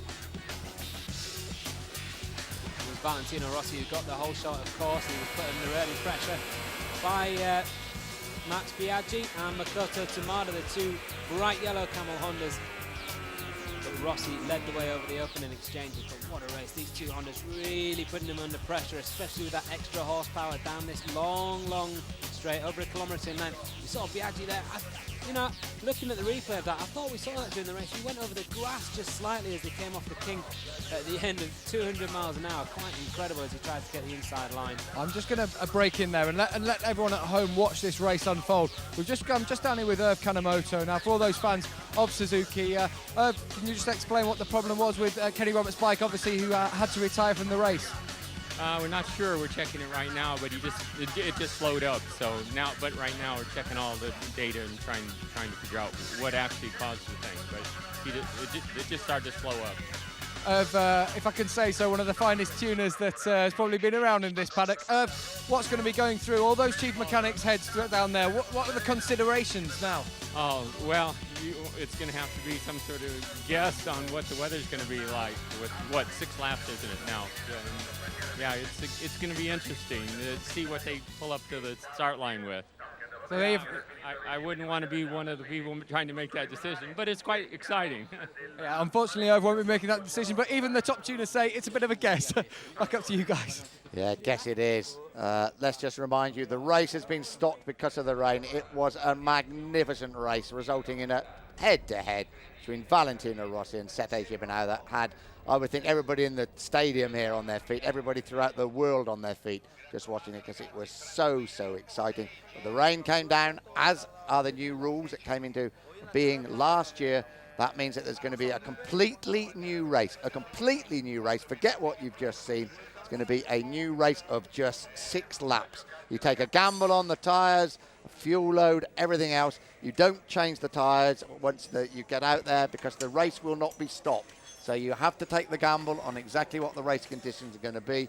We look out of the Commodore Box window, it still looks a bit drizzly out there, but the track, Gavin, I don't know if you can see it really, doesn't look that wet, and that's going to make the choice even worse. I think they'd like it to absolutely just pour with rain, really, wouldn't they? I think it's wet enough. I think that's something. It's not going to be slicks. They're not going to be going out on that. That's for certain. There's enough big drops falling here for them to choose something. And it's going to sit on top, of course, remember. It's going to be greasy because the rain's just fallen. On top of a hot track, that water's just going to sit on top of there, and it's just going to make things greasy. So cut, slick to intermediates, I don't know. What's quite interesting at the moment, this isn't something the riders prepare for. This isn't something that they're used to. And just how the different riders are reacting. Capirossi's up on his feet, talking to all his mechanics. Meanwhile, in the other half of the Ducati garage, there's Troy Bayliss is sat there with his wife and his personal trainer, just massaging out his hands and just making sure he's relaxed enough. Sete Gibernau sat by himself, focused in a corner. Other people are looking at their bike, making changes to it. It's such an incredible and such a strange situation for all of them that I don't know if anybody really knows how to handle it or psych themselves up for it. It's going to be a very, very interesting 6-lap shootout, and I suppose that's what the idea of this rule is, to make it an exciting finish to the race for everyone watching. Here we are. Here's the starting grid, the new starting grid. Rossi, Gibernau, Max Biaggi on that front row. They were the guys battling for the lead, Gibernau and Rossi in particular. Alex Barros, watch out for him from the second row. Marco Melandri and Troy Bayliss in 6th place. The third row, Norick Abbey, Colin Edwards and Rubens Chouse, who's had a very, very good ride indeed. Whereas Capirossi in 10th place, followed by Neil Hodgson, the World Superbike champion, and Alex Hoffman. He's doing well on the Kawasaki as well. 5th row, Shane Byrne, Jeremy McWilliams' teammate, and Nobuatsu Aoki on the Proton KR machine. And then on the 6th row, Andrew Pitt and Mikel Fabrizio. Andrew Pitt riding the Moriwaki this weekend, the first of 5 wildcard appearances after he was dumped by this team the end of last season. Kawasaki, rather unceremoniously.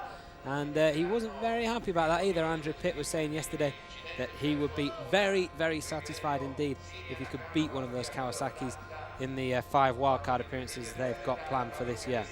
Right, the riders now have 5 minutes. You can hear that hooter sounding. That's just warning them. They've got 5 minutes to leave the pit lane and join up on this grid. What I'm going to try and do is walk down this pit lane, see if we can get some idea about what the top guys are using alongside Max Biaggi's garage and the Honda garage of Alex Barros. And we'll try and get some idea of what these guys are using. There've been tyre changes while I've been walking up and down. They've got both bikes are fitted up, probably with different sorts of tyres, and it's going to be very interesting to see what they go out with. But they've now got 5 minutes to get out of here and get round and form that grid up. And what about the weather, Gavin? We can see there's still some umbrellas up there. Is it actually raining still, or has it stopped? It probably is in another part of the circuit. It isn't here in pit lane, but there's some horrible, dirty black cloud just behind where you're commentating, behind that massive paddock building just there. So they really don't know what's going to happen. There's winds here. It's swirling around the amphitheatre that is Mugello, and nobody knows what's going to happen. It's a complete gamble. Maybe someone further down the grid, like Colin Edwards, can take that gamble. Maybe that gamble can pay off. We're going to see it all now in the next few minutes.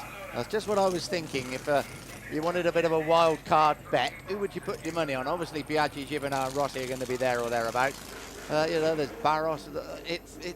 Well, who's going to make that big run? It's just for 6 laps. They're going to absolutely go for it. Somebody who hasn't got a lot to lose. Marco Melandri, Troy Bayliss even, Alex Barros, somebody like that. I know Matthew's got a big leaning towards Marco Melandri. But somebody who's really got little to lose can have a real go. And there we are. We're just seeing a confirmation. That's Troy Bayliss's Ducati with those hand-cut slicks going out there at the moment. And I would think, from what Gavin says about the conditions, that's going to be the preferred choice. But the rain could absolutely pour down in the next 6 laps. The sun could come out. It changes here so quickly and dry the track out a little bit. It is a gamble. The riders are going out. Who's made the best gamble? Yeah, that's a full wet front for Sete Gibernau, no doubt about that one. Now he might just decide on a last-minute change there. He's not too sure, is he? Sete Gibernau heads back into the box because the sun, as far as I can see, the sun's breaking through again here. And as you rightly said, Nick, that can dry the track very, very quickly. Those conditions would just radically change. And but yeah, as I said before, I think, well, as I say, it's such a gamble. It depends on the tyres, obviously, but someone like Marco Melandri, who's ridden so well, you know, he's sort of tamed that side of him where he's just gone gung-ho at it all the time, and he's starting to pick up some really solid results. He was riding really sensibly here today, but now, when he just sees Valentino Rossi in front of him there on that grid, he might just fancy it. Well, Max Biaggi has a slick front tyre on. He's about to come out of the pit lane. It is dry in the pit lane at the moment. I'm talking about the air. The track isn't so dry. There are drops being formed, but maybe they just feel that there's not enough water on the track to warrant having any kind of different tyre on. He's just coming out now, and he's got a slick rear on as well. So Max Biaggi is taking that gamble. And I think Valentino Rossi, we just saw his bike momentarily, may have had slick tyres on. Sete Gibernau, though, without a doubt, has got a wet front, and I think probably a cut slip on the rear. Now let's have a look. Here's Valentino Rossi's bike. Of course, that looks like a slick on the front. That's a slick on the front, isn't it? It's not a tyre warmer, is it? That's very interesting indeed. And they're looking all the time upwards. This is very exciting, and it's great, but it's a sad, sad way to end such a fantastic race that was just unfolding to a close that even old Mick Doohan wouldn't give us an answer to, would he? That's pretty unusual. Mick usually calls it absolutely right, but he didn't that time. That looks like a rear slick also, Valentino Rossi, so we only got a little glimpse, but I think Rossi is on slicks. Of course, they can all change on the grid, of course, which can make things even harder for us to gauge. They're all bringing out spare tyres, of course, onto the grid, so that's a possibility that we have to bear in mind. They'll get this lap to go around and have a look at the track. But we're going to see now. We're going to see what's going to happen as they start to form up. Troy Bayliss and Alex Barros, the first to make it onto the grid. Bayliss has got a cut rear tyre, an intermediate rear tyre, and a front slick. Alex Barros is on full slicks on front and rear.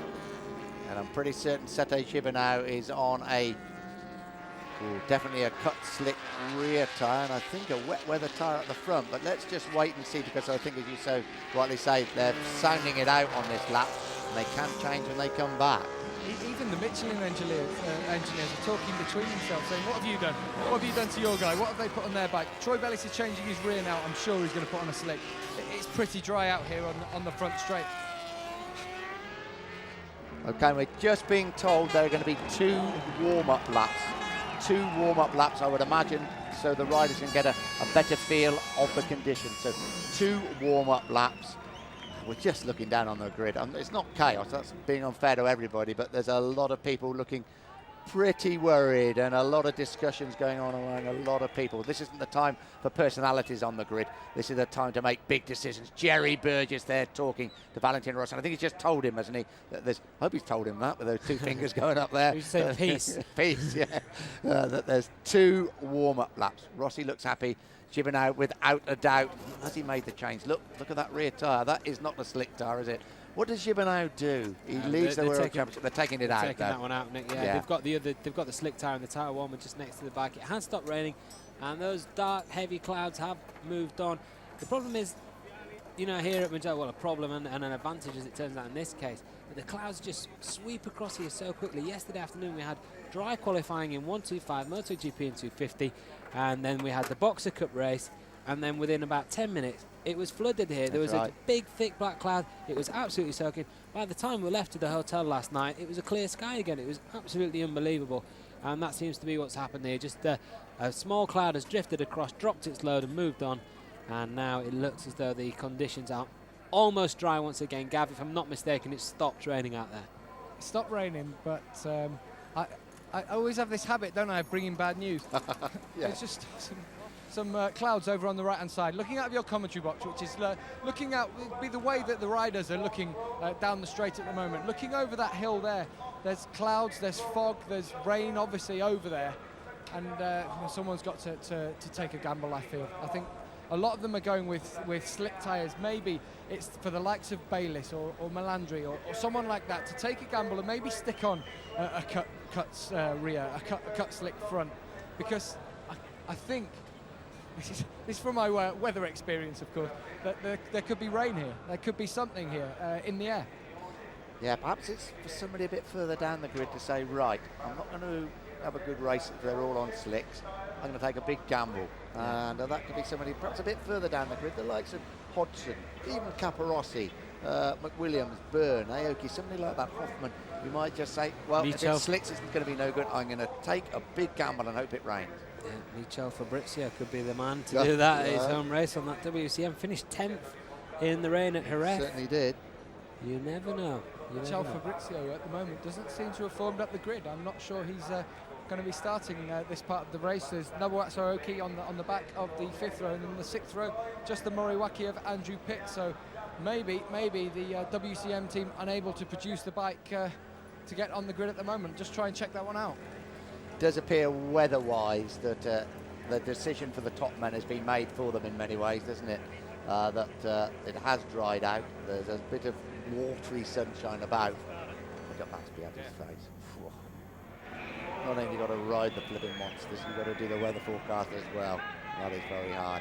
I think that face sums up what is happening. Yeah. I was reading an article in the Italian press with Max Biaggi. They asked him if he was a movie star, who would he be? He said Johnny Depp. And a superhero, he said he'd be Captain America, and he could need a Captain America style performance here as he shoots from that outside of the front row. He's going to come under pressure from Melandri, Barros, Bayliss behind him, Rossi and Gibernau in front. We've got 3 minutes to go, and this is a real hearts in mouth time, not only for the riders and teams, also for the fans banked here around the circuit.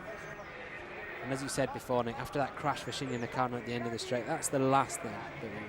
I'm putting some money on someone making a gamble here. The wind is coming headlong into the straight, so there'll be a headwind for the riders, but it's bringing along with it some really horrible clouds, and you can see them moving. You can't even see the back hill now at the end of the straight. I'm certain there's going to be rain. I don't want there to be rain, of course. I want this to be a clean fight down to the line, but it looks like there's got to be someone to take a gamble further down. But even on the likes of Arbe, Edwards and Ruben Schaus on that 3rd row of the grid, there's no gambles being taken there. They're all on front and rear slick tyres. Same with Loris Capirossi, Neil Hodgson and Alex Hoffman back there as well, all on slick tyres. So yeah, it looks like everyone's just gone for the slick tyres and no one's thought of that gamble. Maybe they just feel that the risk isn't worth it. think we can just get a glimpse there, really, past the rear end of Valentino Rossi's bike of some cloud. We can't weather forecast from up here. It's still a little bit of sunshine about, but the gambles are not being taken, are they? They've all decided, the top men, they're going to use slicks. I can't believe that just somebody further down the field is not going to take the gamble and have a go for it. Max Biaggi looking very, very tense indeed.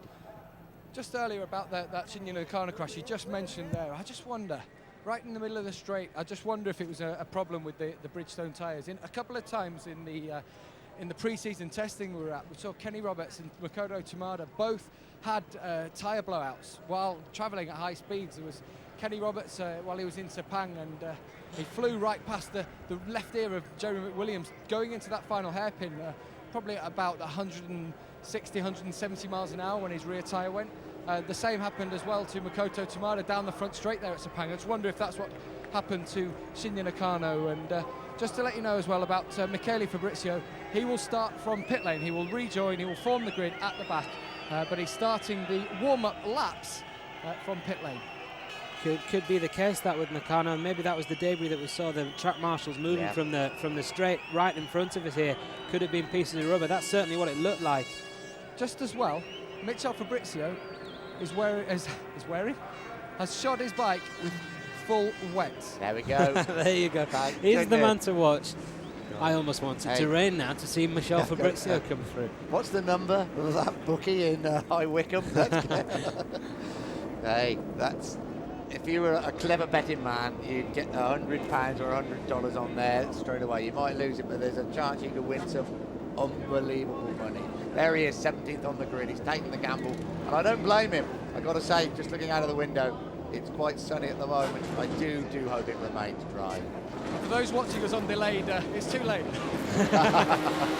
Here we go, 2 warm-up laps. 2 warm-up laps for these guys to check out the conditions. For the moment, they're pretty much dry. There is Michele Fabrizio, the man we're talking about, and you can see those full wets there. He starts from pit lane, and he will be praying for rain, and so will his fans, and so will his team boss, Peter Clifford, a very experienced team, of course. Grand Prix winners with the Red Bull Yamaha setup that they used to have with Gary McCoy and Regis Laconi, both winning races for them, and Simon Prefar before that, of course. But I'm sure that they will have, they're a canny team. Peter Clifford knows what he's doing, and he's obviously recognised that their chance here is to put full wets on, pray for rain, and you can see a few spots there still on our helicopter camera. Just what I was going to say, Matthew, is that spots or dirt on the camera. It could be a few spots of rain. Could be. Still, it's not dirt on our television screen. No, I'm sure. Well, you would have to pay me a lot of money to lean down and wipe the rain from the front of that helicopter camera, Nick. So they might be there from the previous rain. I'm just down here on pit wall with Nicky Hayden. Nicky crashed out of that first part of the race, then had to retire. Just explain to us what happened then. Yeah, I was right there, and I felt really comfortable there. And Melandri and me went back and forth a couple times, and the group started to get away, and I felt like I could run the pace today. Finally, I passed him back and was just charging after that group and crashed. I mean, I just pretty well told myself I wasn't going to watch them disappear today, and I was going to go for it, and that's what happened. Unfortunately, I fell off, but I'm okay. I only got to think about it for a week, so at least we get another crack at them in Barcelona, and we'll go for it again. Now, what about this part of the race, the second half? What tough decisions for the riders to make? They all seem to have gone with slicks, apart from one guy right at the back who's on wet tyres, Fabrizio. Would you have taken a gamble or just gone down the line with the slicks? There's clouds around, but what would you say? Yeah, I mean, I would have went slicks, but a guy like Fabrizio.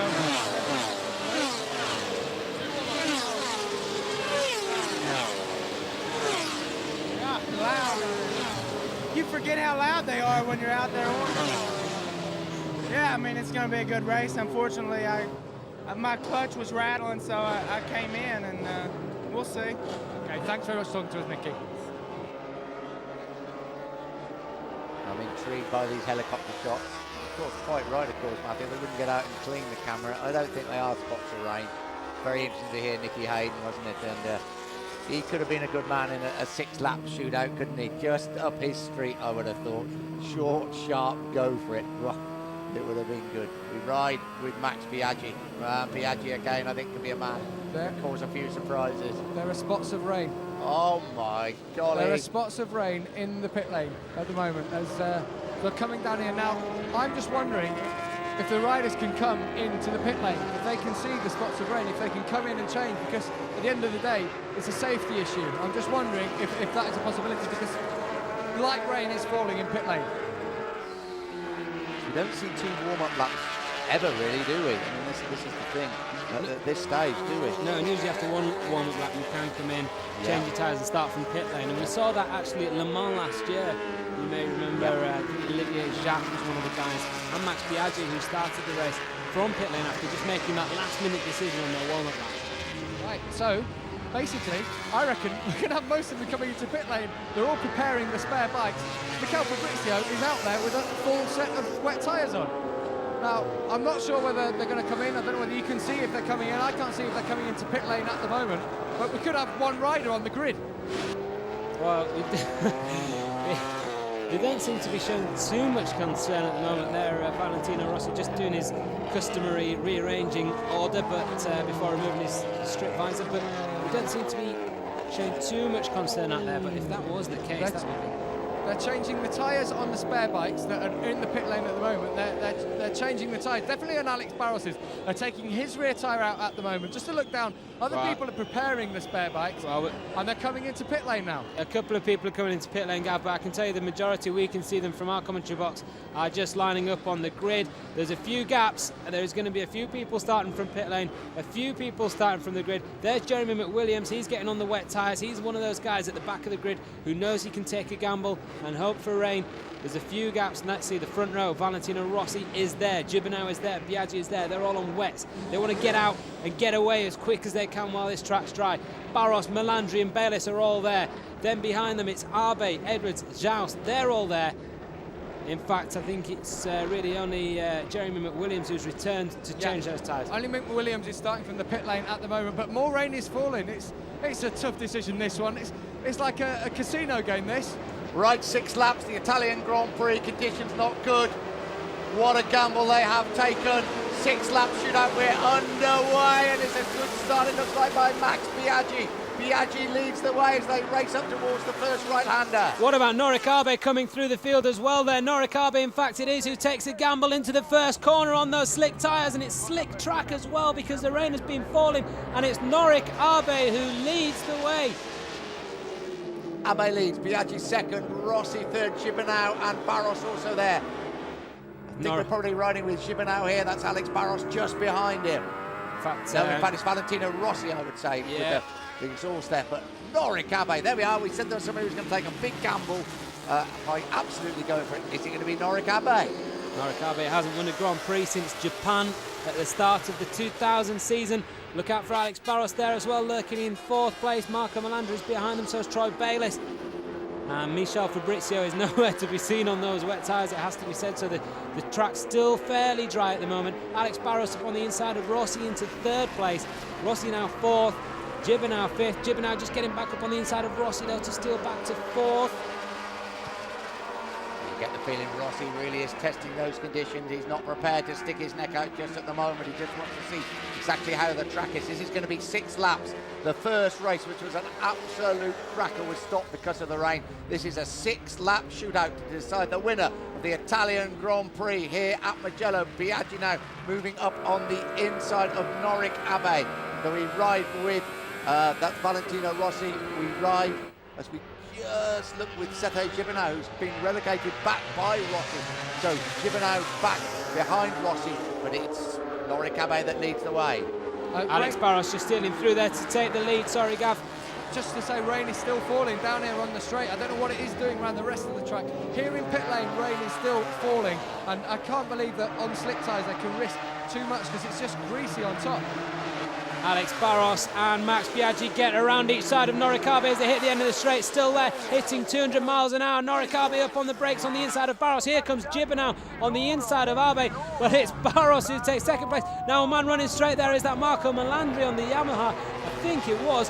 But Max Biaggi now has seen the red mist. He's firing away at the front. Alex Barros is in second there. And the riders really sat up now, Nick. They're not getting their knee fully down, as you can see. They're taking it very, very carefully indeed. Here comes Troy Bayliss. The rain is really falling now. It's Barros that leads the way. Gibernau second, Bayliss third, Biaggi fourth. Rubens Chouse right up there. We could get an absolute surprise, couldn't we? Because these top men aren't prepared to stick their necks out on slick tyres in the rain. They can't change the race conditions. The race cannot be stopped. And Valentino Rossi, without a doubt, has decided, I'm not going to get up there at the front in these conditions. Who can blame them? It's really throwing it down now here on. It's fine rain, but it really is soaking the track at the moment. And those guys on slicks really better be careful. We don't want any accidents. We don't want anything. They just... Ruben Joust has just gone through to the front. Ruben Joust fancies his chances in these conditions. He's on slick tyres too. Here comes Alex Barros. Oh, Alex Barros back in front of Joust. Joust back in front of Barros, sorry. Wowee. Ruben Joust leads a Grand Prix for the first time in his career. He made his MotoGP debut at the start of this season in the first round in South Africa. Here comes Troy Bayliss as well around the outside. The old Superbike boys really fancying it in these conditions. Now Bayliss getting around the outside. He gets up the inside this time of Alex Barros. Bayliss up to second place. Oh dear, right, Fabrizio is currently in 14th place. Let's keep a look at him, but Rubens House, he's going away. He's got the, well, I won't say the word to do it, in the rain, on the slick tyres. He could win an extraordinary race here. There's 4.5 laps to go. The rain is really pouring down. If he's on slick tyres, if anyone's on slick tyres, it may even make enough sense to come into pit lane because and change tyres if he can, because it really is lashing down. I can't believe they're going 200 miles an hour down the end of that straight with slick tyres on in these conditions. I think something just kicked up off the track there, not sure what that was. A couple of riders getting a mouthful of it, whatever, at the back. Here comes Troy Bayliss giving Joust a few problems. Joust just hangs on, and it's so true, isn't it? Look at them getting the knee round around these corners on slick tyres, on 240 brake horsepower machines. And a slick track, probably just as slick as the tyres are. It's quite phenomenal. We're watching out for Michel Fabrizio coming through on those wet Dunlop tyres in 14th place, of course. He's now lapping in there 2:08. That's around, what, 4 or 5 seconds slower actually than the lead group at the moment. So these guys have just been managed to keep their pace up at the front. But the longer this rain comes down, the more difficult it's going to get for them. Here comes Bayliss up the inside, and Bayliss takes the lead. Troy Bayliss leads the Italian Grand Prix momentarily because Rubens House is back inside him. And they're absolutely side by side, but it's Bayliss that now holds the advantage.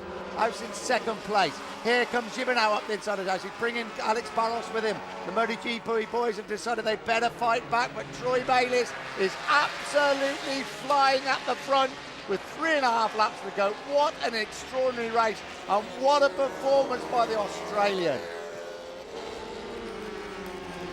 Alex Barros now second, Gibernau third, Rossi just shifts up to fourth ahead of Joust, then it's Biaggi, and then there's a surprise Aprilia at the back of there. It's Shaky Byrne joining in the fun as well. Shaky Byrne, the British Superbike champion, won 2 rounds of the World Superbike Series at Brantax last year, and he's getting involved in this fight at the front.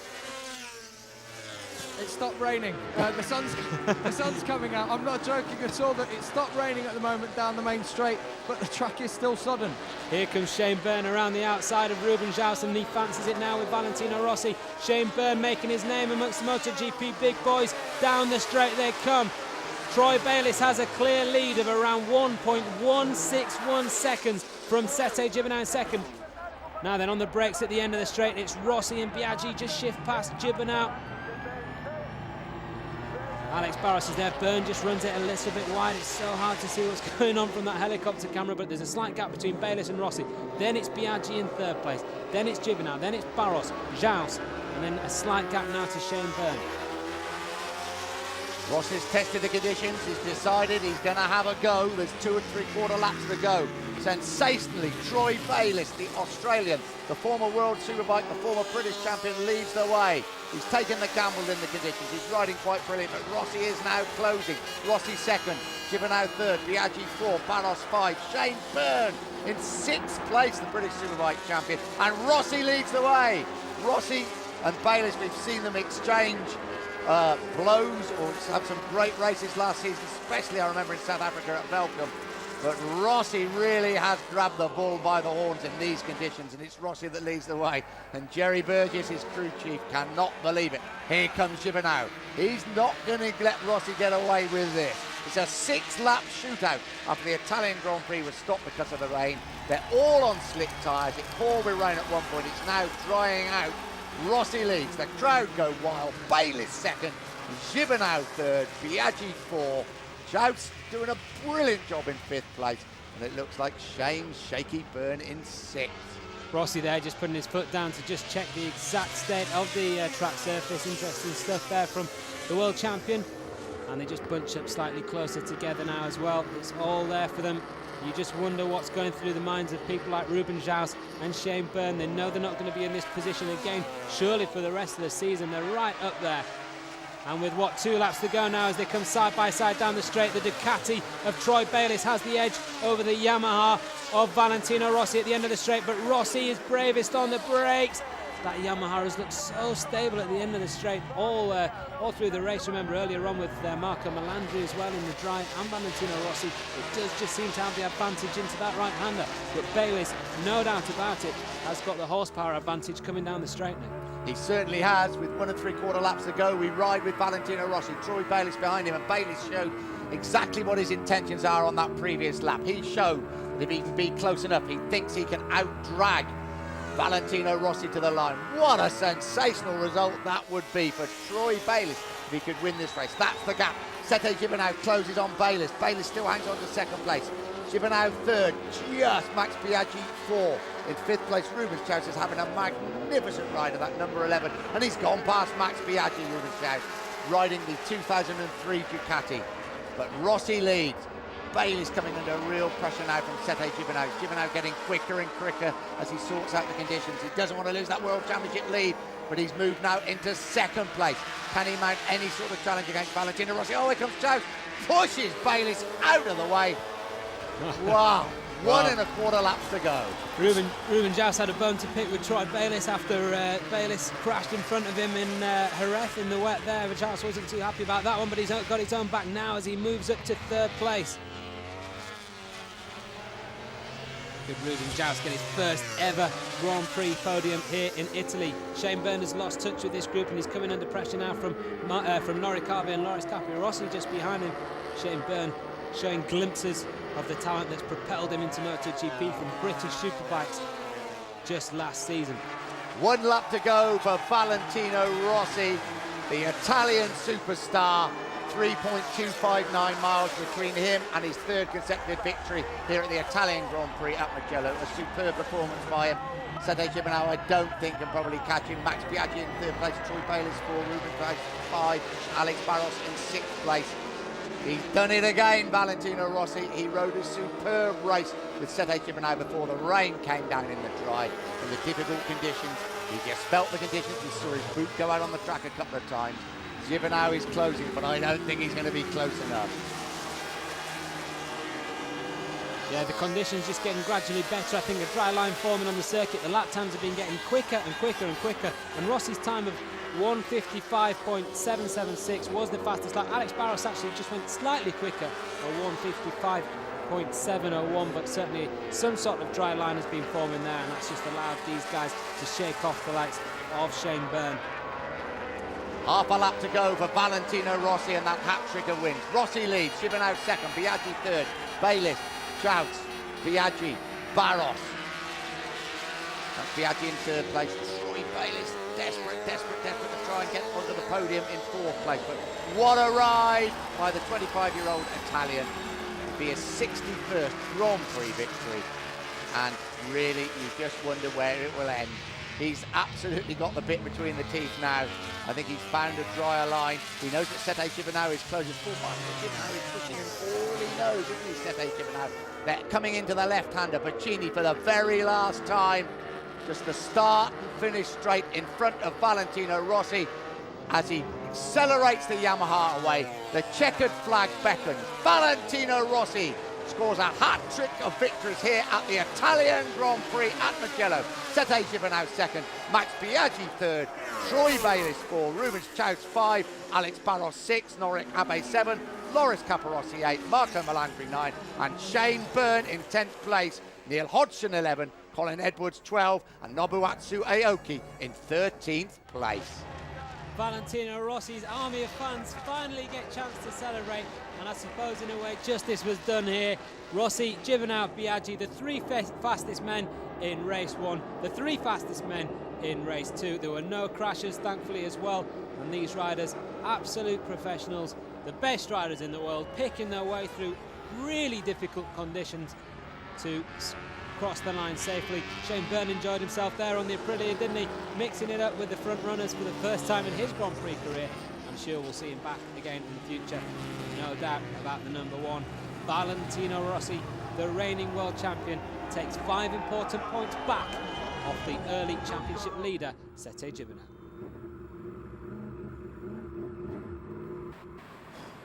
What an afternoon. What an incredible day's racing.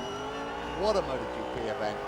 Fabulous racing the drive between Valentino Rossi and Sete Gibernau. Nobody knew how that one was going to end up. Then the rain came down. A 6-lap shootout. So Ruben Chaus leading the way. We saw Troy Bayliss leading the way. But at the end, as the track just started to dry, it was the MotoGP men at the front, headed by the world champion Valentino Rossi. Second place, Sete Gibernau, the championship leader. And in third place, his 4th consecutive podium, Max Biaggi. Great ride by Bayliss and Chaus. Barros, Abe, Capirossi, Melandri. Good ride by Shane Byrne into 10th place. Neil Hodgson 12th. Colin Edwards 12th, sorry. Nobuatsu Aoki 13th. Alex Hoffman in 14th. And Fabrizio, with those wet weather tyres, picks up a point in 15th place. Sete Gibernau salutes the Mugello crowd after taking 2nd place. He continues to lead the MotoGP World Championship, but his advantage has been cut back by Valentino Rossi. Rossi, by my calculations, is going to be level, or in fact ahead of Max Biaggi in 2nd place in the championship. Biaggi relegated to 3rd, and he now lies 10 points behind Sete Gibernau in the early standings. What more can you say about this 25-year-old Italian? 125 champion, 250 champion, 500cc world champion, MotoGP world champion, switches to Yamaha, 4 races gone, he's won 2 of them, and he's second in the championship, just 10 points behind Sete Gibernau. Don't do anything next Sunday afternoon. We're in Barcelona, and I tell you, if it's as good as it's been this afternoon, it will be fantastic. Well, I believe the weather reports this weekend from Barcelona are hot and sunny. People we know back there are on the beach. Let's just hope that it stays that way for next weekend. We don't want rain like we had today. We were treated to an absolute feast of motorcycle racing. The 125, 250 and MotoGP classes have all been fantastic. Just really slightly taking the shine off of that little shower at the end of the MotoGP race. But well, you couldn't have asked for much more drama and excitement here at Mugello, and these men certainly provide it.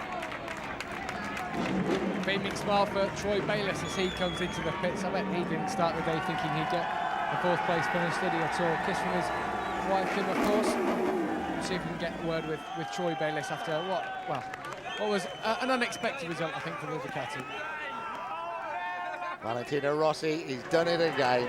Yamaha cannot believe what they have done. They've signed on the king. He's riding like a king. He's second in the championship. He's won them 2 Grand Prix. Okay, it was certainly not a hollow victory. It was disappointing that the race with Gibernau didn't end in the dry. But Rossi showed once again, and his pit crew, they made all the right decisions. And he rode as we know he is.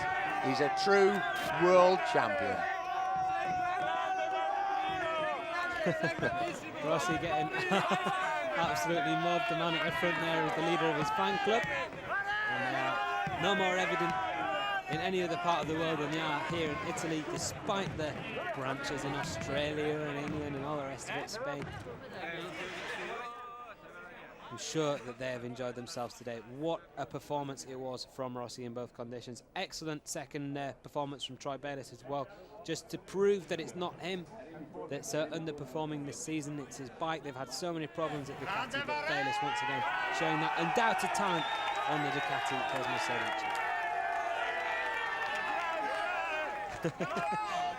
Well, I think that Valentino Rossi is going to have to put up with a bit more of that this evening, isn't he? There will be every man and his dog wanting to give him their personal congratulations. And isn't it typical? The sun is now shining, the clouds are clearing away, and there we are. Max Biaggi, I think, will be a bit disappointed to be relegated to third place in the championship behind Valentino Rossi, but he's finished on the podium at every race so far. Sete Gibernau, I don't think he'll be too disappointed to finish second. He could have well won the race if it hadn't have rained, but he still leads the championship, 10 points in front of Rossi, with Biaggi in third place, a further 4 points adrift. I'm just down here in pit lane at the moment with Troy Bayliss finishing fourth place.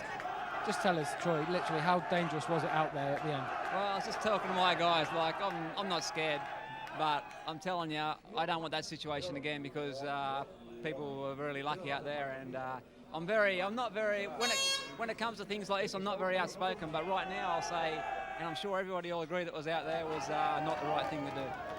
That's it. Before the weekend began, or maybe before the race began at least, you wouldn't be thinking about the fourth place. Any positives that you can take from this weekend now that maybe the 2003 bike has been discarded to one side? Well, actually I came here very confident and really motivated, because we had a test in Le Mans which went very well.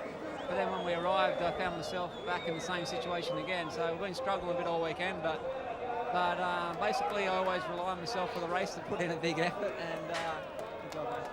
And that was dangerous. It was impossible. It was. By race day, it is what it is, and you get on and you do what you can do. And the bike was going okay, but we just need to find another step. Thanks very much, Troy, and well done. Thank you. Cheers. Troy Bayliss there conversing with Gavin Emmett down in the Ducati pit box, and his mechanics at the same time. Why not? Good to hear from Troy. He's now 9th in the championship after finishing 4th in that slippery Italian Grand Prix, and it was a credit to all the riders that they managed to cross the line at the end. No fallers in that second race, which is the big worry before that. As you just heard from the horse's mouth, it was tough going out there. It was tough going out there, and it was interesting to hear what Troy Bayliss said, that they don't want to be put in that situation again. When it rains, as it did, and then you've got to restart a race or have a completely new race, you're really in a no-win situation, are you? And that was the worst situation you could have ever been in, because you're supposed to make the tyre choice.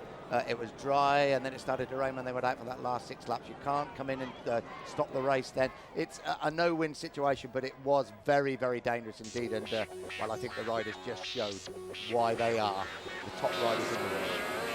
It's tough to call as well, because at the end of the day, it's up to the riders whether they choose wet or slick tyres, and the race direction can only do so much about that choice. Anyway, let's relive what was an absolutely stunning Italian Grand Prix. The first dry race was one of the best that you will see anywhere in the world. Valentino Rossi absolutely going for it in the opening stages of the race, leading the way. But what an effort that was, and I tell you what, that does look, as you said, Gav, so that rear Bridgestone tyre flew out there. There was debris all over the track, wasn't there? Nakano, but he's conscious in the medical centre, crashing at over 210 miles an hour. It rains. We have a 6-lap shootout, all the top riders on slick tyres on a wet track. It really could not be more difficult. Alex Barros led the way. Troy Bayliss flying, Ruben Schaus absolutely flying. The former World Superbike boys prepared to take on the MotoGP men in these conditions. Ruben Schaus leads the Grand Prix from Alex Barros and Sete Gibernau. Here comes Troy Bayliss on the Ducati. The Australian leads the way momentarily. Schaus back in front. But this is dangerous because it's a wet track and it's slick tyres. But slowly but surely, the likes of Sete Gibernau and in particular Valentino Rossi had his foot down a couple of times to test out the conditions, and he decides it's time to go. Valentino Rossi pulls the trigger on the Yamaha, and there's nothing anybody else can do. Sete Gibernau up into second place, Ruben Schaus third, Troy Bayliss fourth, but on the line at the checkered flag. Valentino Rossi wins his 3rd consecutive Italian Grand Prix here at Mugello. Sete Gibernau in second place, Max Biaggi third.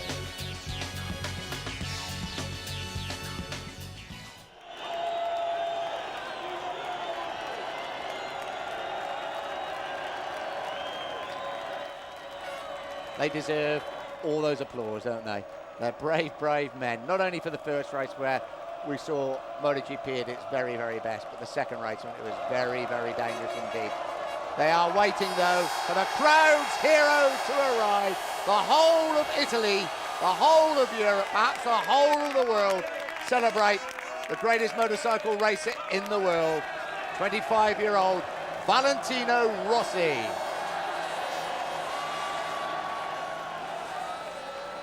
Well, the pit lane below us is absolutely packed out with people. They've invaded the track. They listened to the warnings beforehand. There was Valentino Rossi did a TV message to them on the big screens to ask them not to invade the track. But they've done just that at the end. Once the riders are safely back, as you can see, thousands and thousands of fans have spilled down onto the track here in front of the podium.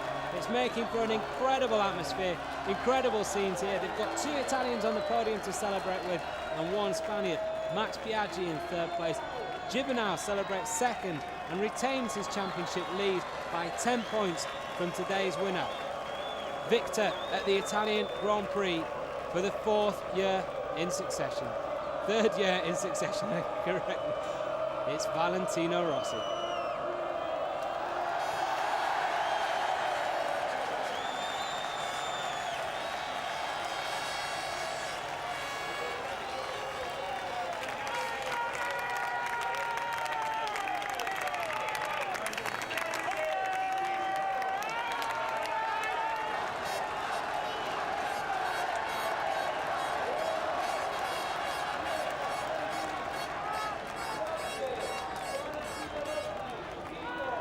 What a day for Yamaha as well.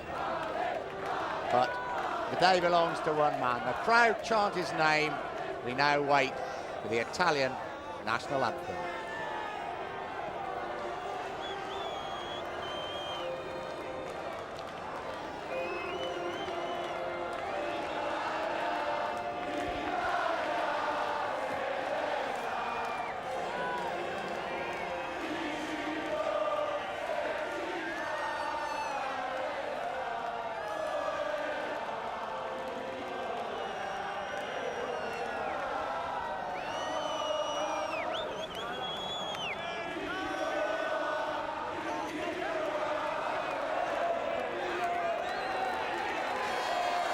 What a noise here at Mugello. It's like being in the middle of a football crowd. The crescendo then for the Italian anthem, which is still being sung, is absolutely unbelievable. I've never seen anything like this at a Grand Prix. It's quite stunning and testament to the performance of possibly the greatest motorcycle racer of all time. Valentino Rossi stands atop the podium, celebrates with a winner's champagne for the 2nd time this season with Sette Gibernau and Max Biaggi. They shared the wins between them, the two. The top of the rider standings. Gibernau leads by 10 points from Rossi with 4 rounds to go. And we'll be back in 1 week at the Barcelona Grand Prix. Whatever you do, don't miss it.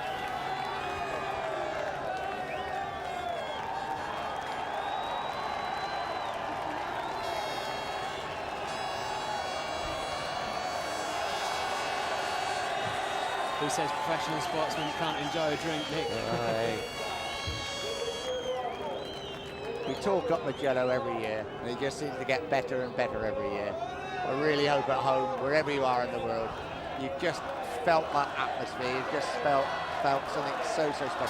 MotoGP at the moment really is so exciting when you've got riders of the caliber and riders of the personality of Valentino Rossi.